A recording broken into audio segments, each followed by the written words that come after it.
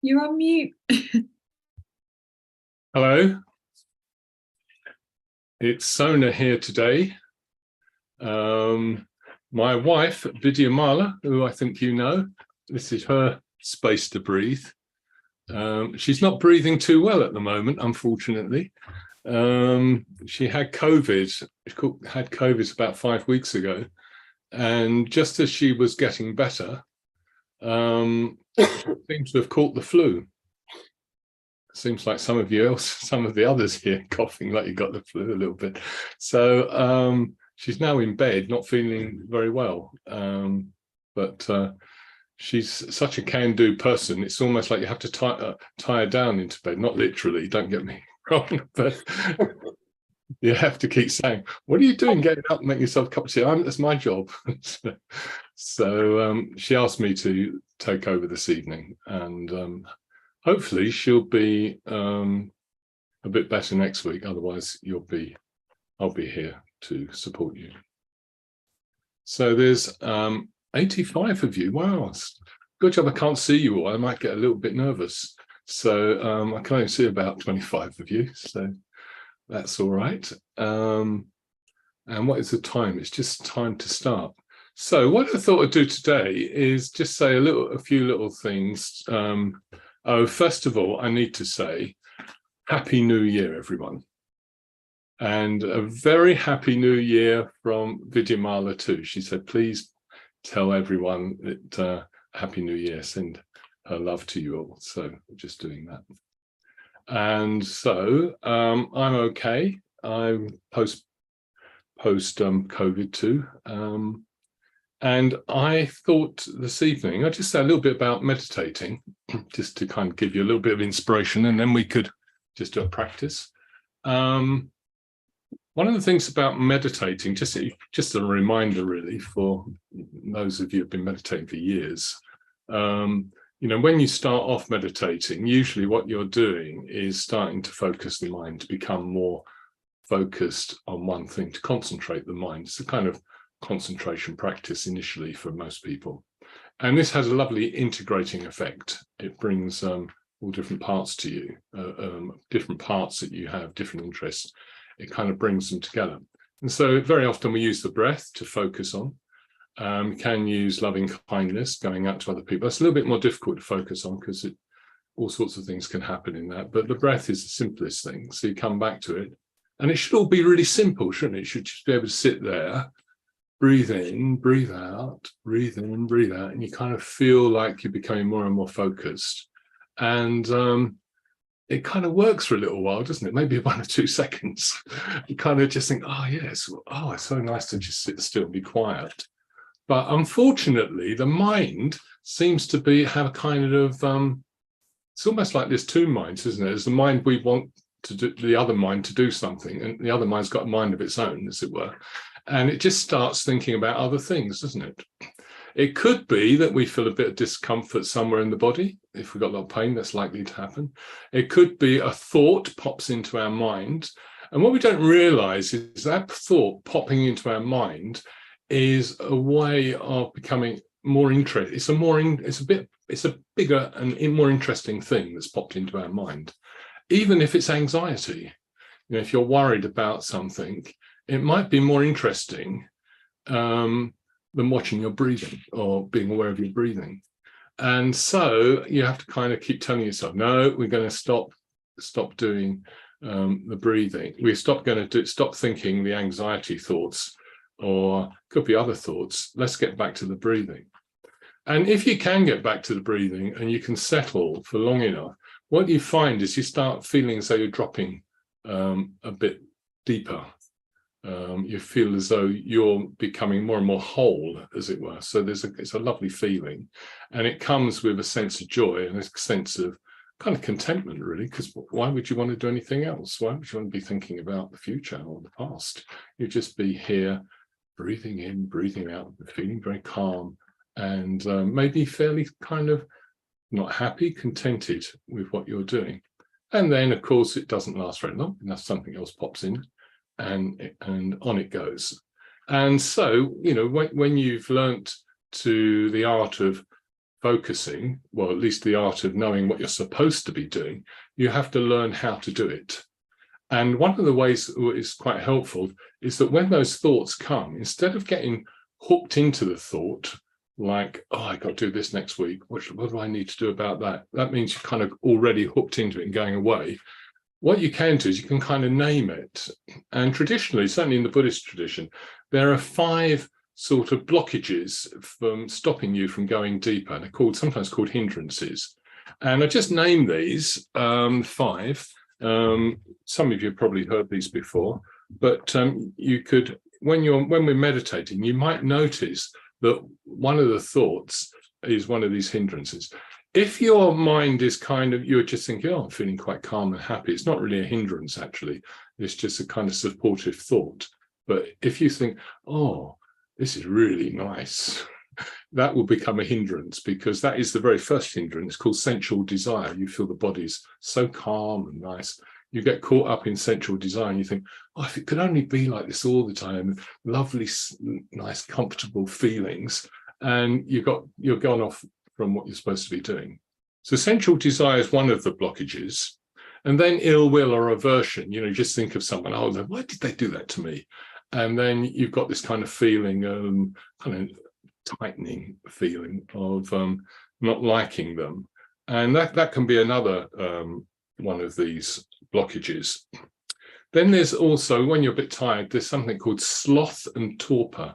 A sloth is an animal, it goes very, very slowly up a tree, almost like at this speed.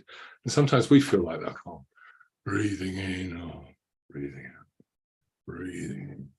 Oh, and you kind of feel like you want to fall asleep, breathing in. You know that feeling when you sink down into your chair doing the meditation, and you could say, oh, look, there's some sloth and torpor there.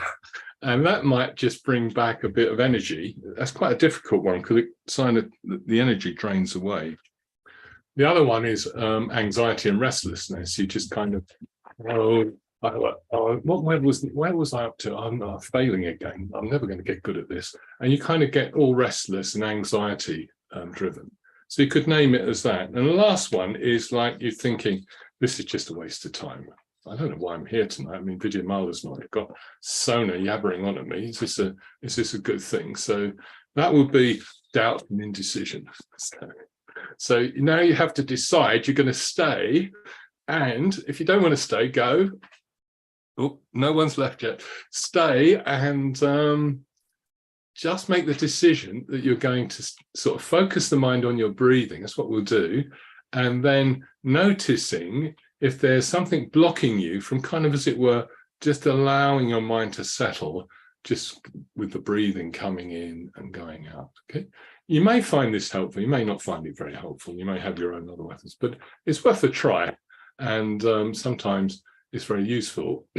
Overall, when you're training your mind, it's quite good just in ordinary everyday life to learn how to notice your thoughts and not be your thoughts.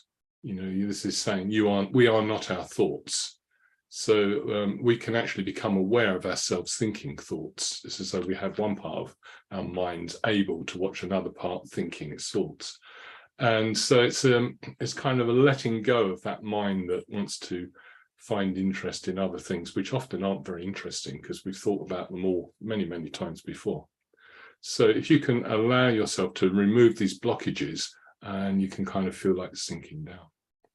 So first of all, you need to set up with a certain amount of determination. I can see some of you are smiling. So that's a really good thing to do, is to smile. In fact, you could all try smiling. You just have to make the mouth go.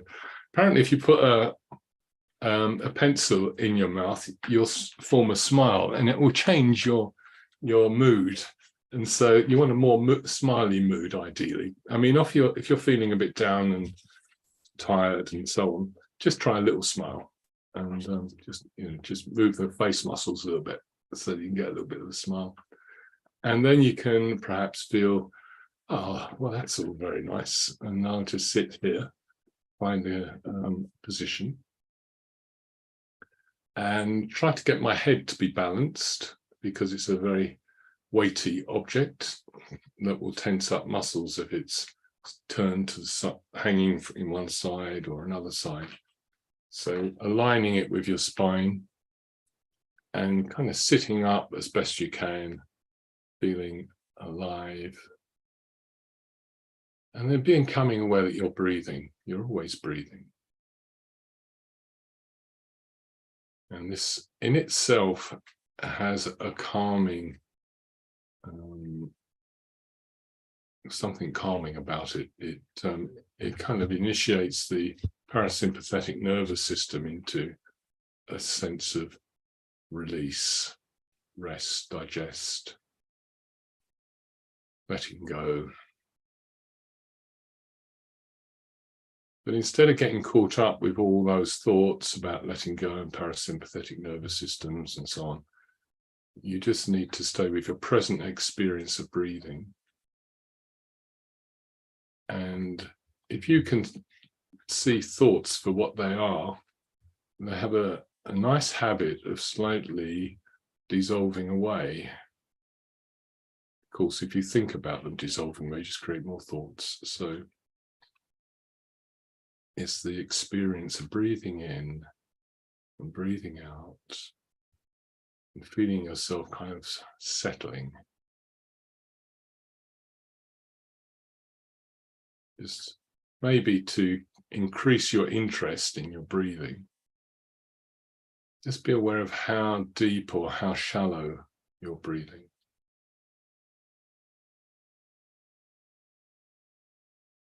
Are you breathing through the nose, or are you breathing through the mouth, or are you breathing through both? Some people breathe in through the nose and breathe out through their mouth. Some people breathe in through the mouth, breathe out through the nose.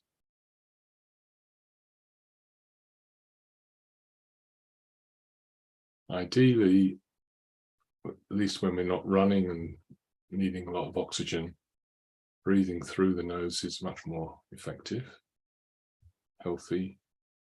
But of course, if we've got a blocked up nose and it's difficult to breathe, then that would just cause us a certain amount of grief at the moment. So just breathe as best you can. And noticing if there's any settling taking place.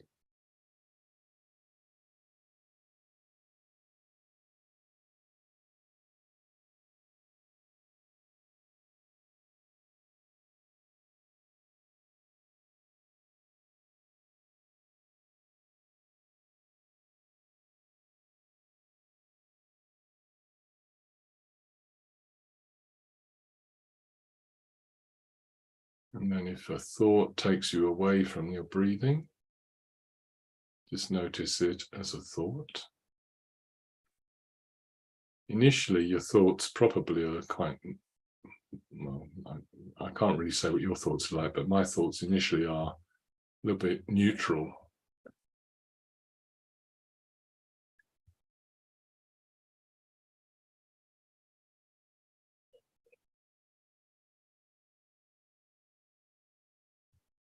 And they usually dissolve away quite easily, those neutral thoughts. They're not so interesting.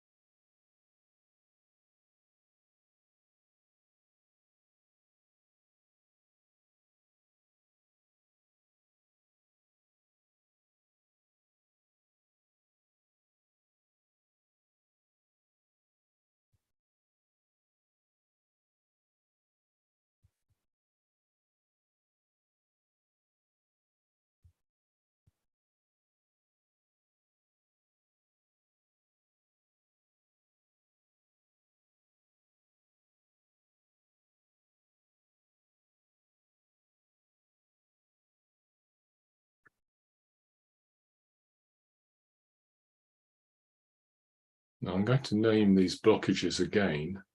And what's likely to happen, because I'm going to give some examples, is that you will think of your own examples. So if you do that, which is kind of normal, just notice that's what you're doing and let go. so you don't get carried away. So if I say the first blockage is, and in a way, these are just labels, so you can label your thoughts. So they're all kind of equal. But the one that comes first, usually for most people, is what's called sense desire. So let's say a chocolate biscuit pops into your mind. Be nice.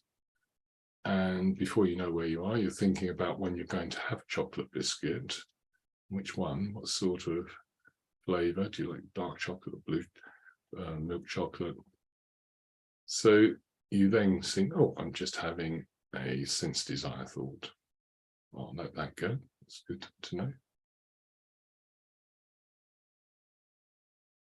And if we've come to the meditation with any sense of kind of irritability,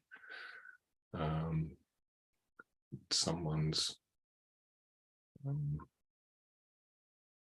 done something to us, caused us to kind of become tight, move away, an aversion to something. Maybe the cold, maybe noise, maybe just a thought. And again, being able to notice that for what it is can be helpful. Or you may just feel it's all too much, you can't be bothered. And if you're thinking that, that's a thought that's like sloth and torpor.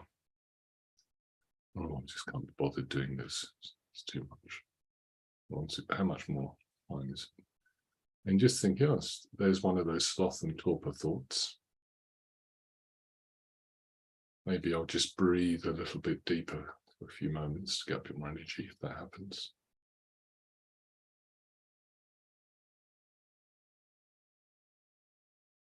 Or you may be feeling a little bit restless. And one of the forms of restlessness is you keep thinking of other things. Sometimes your to-do list, things you've forgotten. And they, of course, can bring with them anxiety. And they're only a thought. So ideally, we just think, oh, they're only a thought. And it's one of those restlessness and anxiety type thoughts. And see it for what it is. And just come back to the calming, to settling, letting go.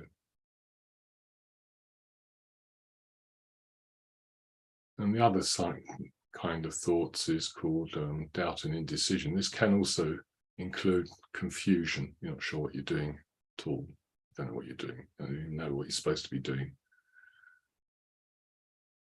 So you could just have that thought, I have no idea what I'm doing at the moment. Anyway, all we have to do is just settle and let that thought just be labeled. And that was just a doubt and indecision thought.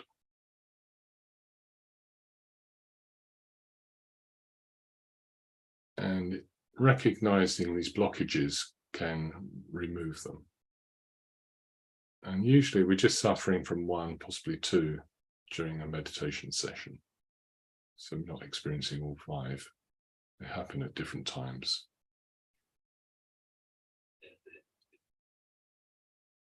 So when a thought comes, just maybe analyze it to being grasping something or pushing it away. It's just lacking in energy.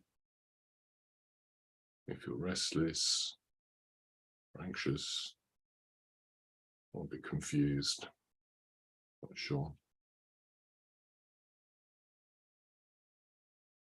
And see if you can kind of, as it were, open the gate and remove the blockage to allow you to settle more. Settling on the rhythm of the breath flowing in and flowing out. So I'm going to be quite quiet now. I'll just leave you to it. I can meditate here with you. About another 8 minutes. I'll be quiet for 5 at least.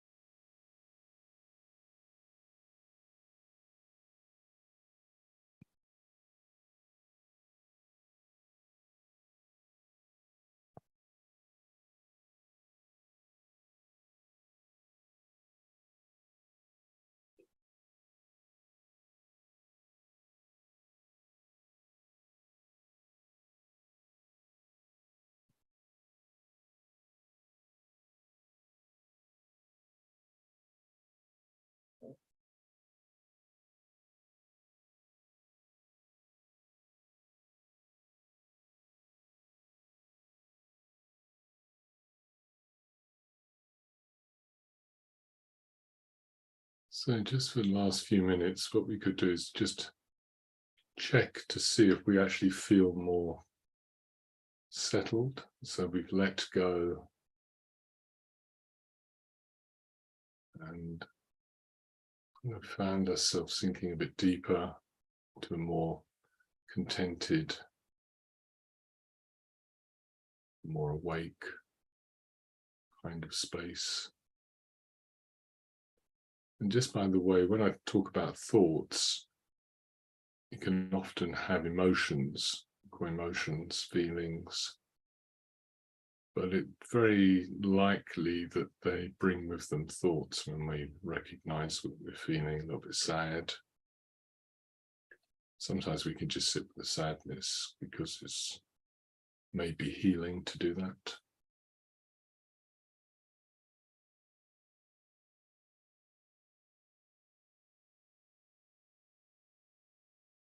For many people, our mind is a bit like a radio, just going blah, blah, blah, blah, blah, blah, blah, blah. We can kind of move away from that, turn the volume down, so we're creating space.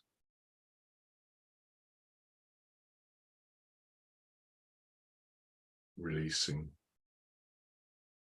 to experience something more interesting.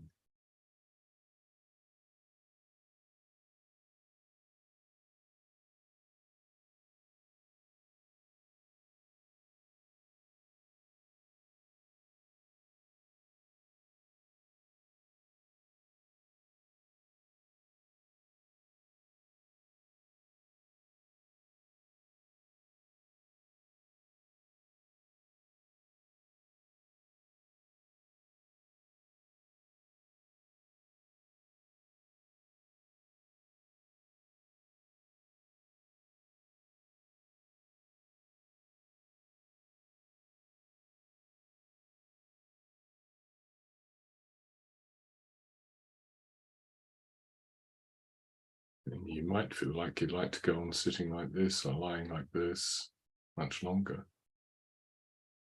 which case you could do that. Otherwise, you may feel, well, that was nice and that's enough, or, oh, thank goodness that's over. Hope not. And start moving your body a little bit. It's nearly time for me to draw this session to a close.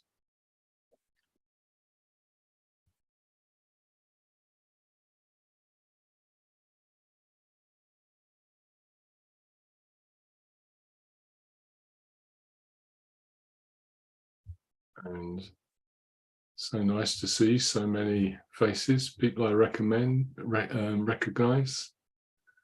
And I'd like to say hello to you, but there's 96 of you here. It's a good start to the year.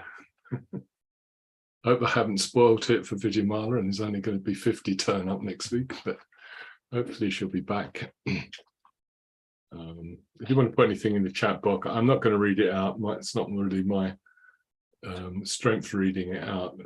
But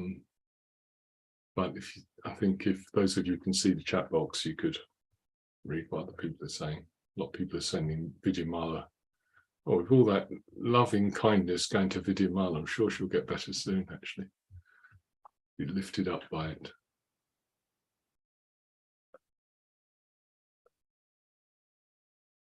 So, yeah, it's exactly 7:30 here in the UK. And I think that's all I got to say, really. If the trouble is, if I carry on talking, I'll tell you an awful lot more. So I better stop there. It did occur to me, one little thing I'd like to suggest is, I know quite a lot of people, certainly I've had this trouble in the past. You know, if you're the sort of person that wake up in the middle of the night, you know, like where you have sleep 1 and sleep 2, and there's a big gap between them, and sometimes there's no sleep 2 at all. You might wake up at 3 o'clock. You may find it helpful just to recognize your thinking, and then just use, you know, this system of labeling what your thoughts are, because you kind of, what it does is distance you from that emotional caught upness if you can use that word, of your thoughts, and you just sort of see things as they are. Or if you find it difficult to fall asleep, you know, the same thing may help you, just recognizing a lot of our disturbances are through emotions kicking off thoughts, or thoughts kicking off emotions. And sometimes it just, you know, we're just looking for distractions and don't want to go to sleep. So you may find it helpful doing that, just kind of being aware of your breathing and noticing thoughts come and go. I think, oh yeah, there's one of those thoughts. Oh, there's none of those thoughts now. And it does actually take the power away from the thoughts, and sometimes it helps you to release and fall asleep again. Anyway, I hope you all have lots of sleep tonight. If it's, I know I can see Susan there, you're in Canada, so you're probably in the middle of the day, and you don't want to go to sleep yet, I guess. But here in the UK, where it's dark and cold, the middle of winter, and it's probably sleep isn't that far away from most of us, or you know, may not be time to go to sleep yet. So I'll say goodbye, otherwise I'll Twitter on for another while and just say goodbye to you. I think can unmute them now, Sharon, and people can say goodbye if they want to. Thank you.